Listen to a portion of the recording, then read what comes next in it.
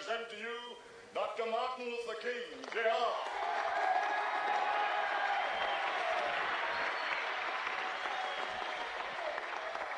I'm happy to join with you today in what will go down in history as the greatest demonstration for freedom in the history of our nation.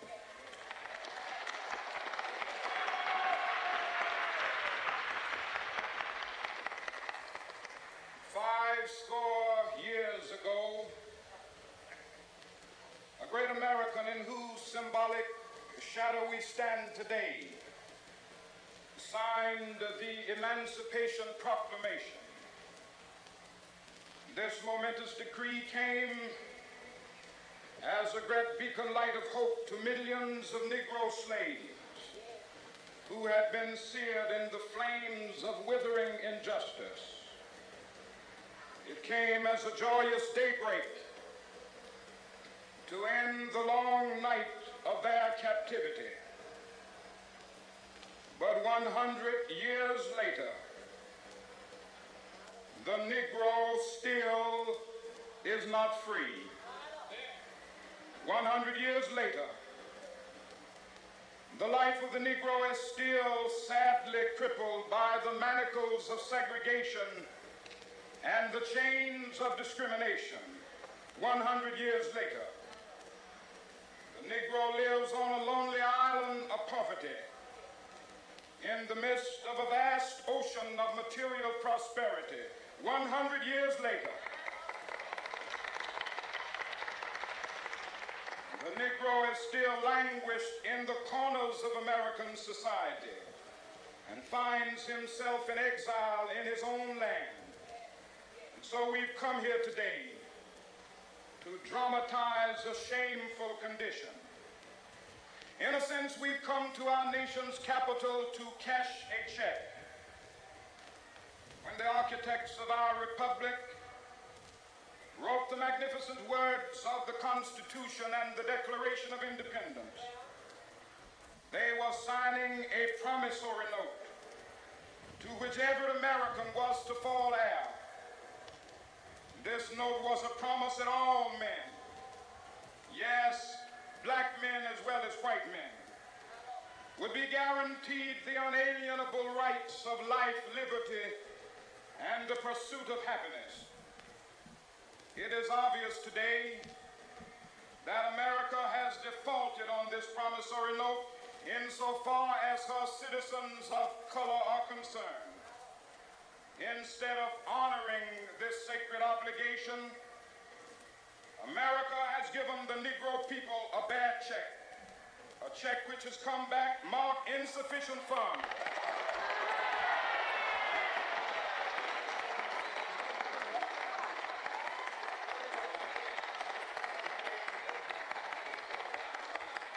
But we refuse to believe that the Bank of Justice is bankrupt. We refuse to believe that there are insufficient funds in the great vaults of opportunity of this nation. So we've come to cash this check, a check that will give us upon demand the riches of freedom and the security of justice.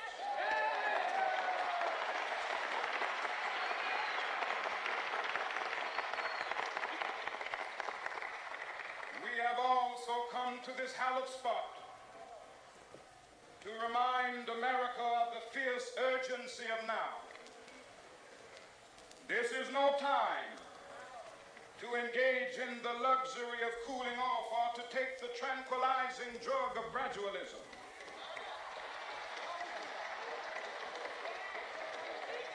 Now is the time to make real the promises of democracy. Now is the time to rise from the dark and desolate valley of segregation to the sunlit path of racial justice. Now is the time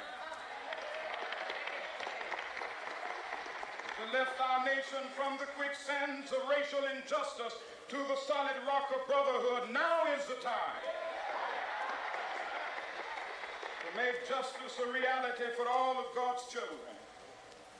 It would be fatal for the nation to overlook the urgency of the moment this sweltering summit of the Negro's legitimate discontent will not pass until that is an invigorating autumn of freedom and equality.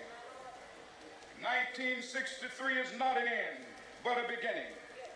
And those who hope that the Negro needed to blow off steam and will now be content will have a rude awakening if the nation returns to business as usual.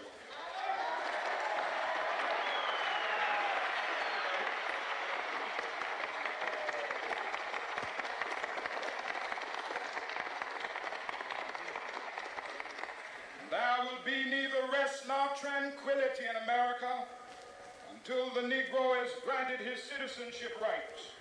The whirlwinds of revolt will continue to shake the foundations of our nation until the bright day of justice emerges.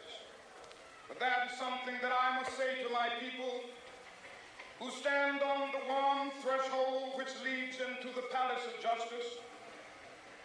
In the process of gaining our rightful place, we must not be guilty of wrongful deeds. Let us not seek to satisfy our thirst for freedom by drinking from the cup of bitterness and hatred.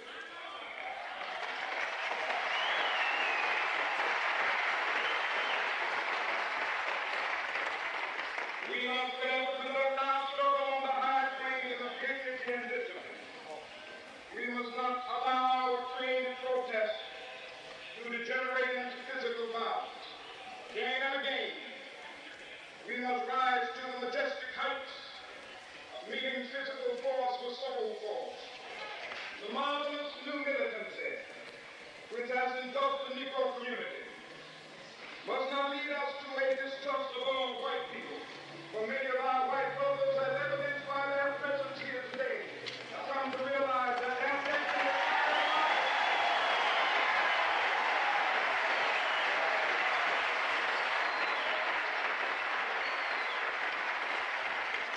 they have come to realize that their freedom is inextricably bound to our freedom.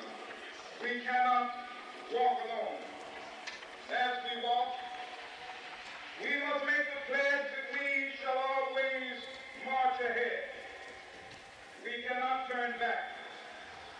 There are those who are asking the devotees of civil rights, when will you be satisfied?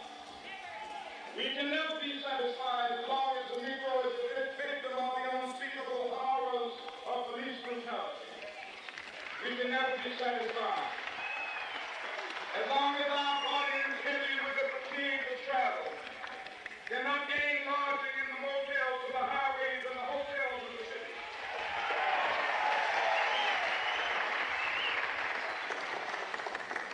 We cannot be satisfied as long as a Negro in Mississippi cannot vote and a Negro in New York believes he has nothing for which to vote.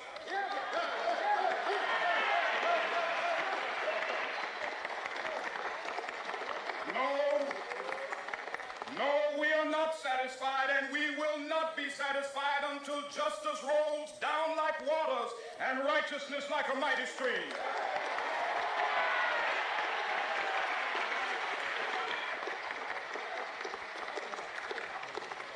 I am not unmindful that some of you have come here out of great trials and tribulations. Some of you have come fresh from narrow jail cells. Some of you have come from areas where your quest for freedom left you battered by the storms of persecution and staggered by the winds of police brutality. You have been the veterans of creative suffering. Continue to work with the faith that unearned suffering is redemptive. Go back to Mississippi. Go back to Alabama. Go back to South Carolina. Go back to Georgia. Go back to Louisiana. Go back to the slums and ghettos of our northern cities. Knowing that somehow this situation can and will be changed. Let us not wallow in the valley of despair. I say to you today, my friend,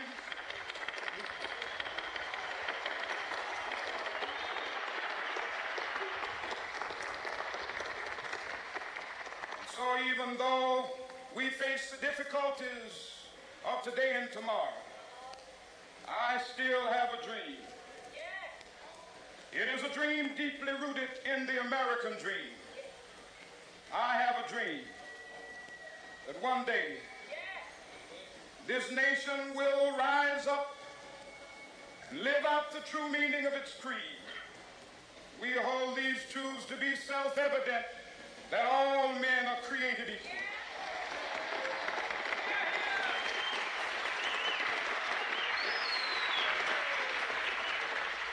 I have a dream that one day on the red hills of Georgia, the sons of former slaves and the sons of former slave owners will they be able to sit down together at the table of brotherhood. I have a dream that one day, even the state of Mississippi, a state sweltering with the heat of injustice, sweltering with the heat of oppression, will be transformed into an oasis of freedom and justice. I have a dream. My 4 little children will one day live in a nation where they will not be judged by the color of their skin, but by the content of their character. I have a dream today.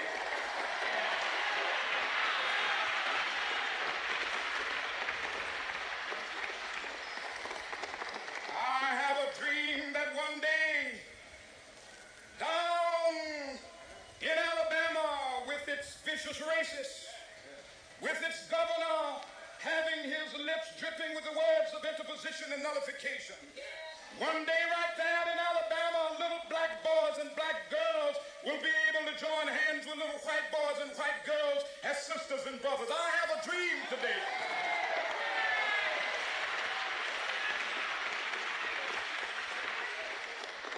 I have a dream that one day every valley shall be exalted. Every hill and mountain shall be made low, the rough places will be made plain, and the crooked places will be made straight, and the glory of the Lord shall be revealed, and all flesh shall see it together. This is our hope. This is a faith that I go back to the South with. With this faith, we will be able to hew out of the mountain of despair a stone of hope. With this faith, we will be able to transform the jangling discords of our nation into a beautiful symphony of brotherhood. With this faith, we will be able to work together, to pray together, to struggle together, to go to jail together, to stand up for freedom together, knowing that we will be free one day. This will be the day. This will be the day when all of God's children be able to sing with new meaning, "My country, tears of thee. Sweet land of liberty, of thee I sing. Land where my fathers died, land of the pilgrim's pride. From every mountainside, let freedom ring. And if America is to be a great nation, this must become true. So let freedom ring. From the prodigious hilltops of New Hampshire, let freedom ring. From the mighty mountains of New York, let freedom ring. From the heightening Alleghanies of Pennsylvania, let freedom ring. From the snow-capped Rockies of Colorado, let freedom ring. From the curvaceous slopes of California. But not only that, let freedom ring from Stone Mountain of Georgia. Let freedom ring from Lookout Mountain of Tennessee. Let freedom ring from every hill and molehill of Mississippi, from every mountainside. Let freedom ring. And when this happens, when we allow freedom to ring, when we let it ring from every village and every hamlet, from every state and every city, we will be able to speed up that day when all of God's children, black men and white men, Jews and Gentiles, Protestants and Catholics, will be able to join hands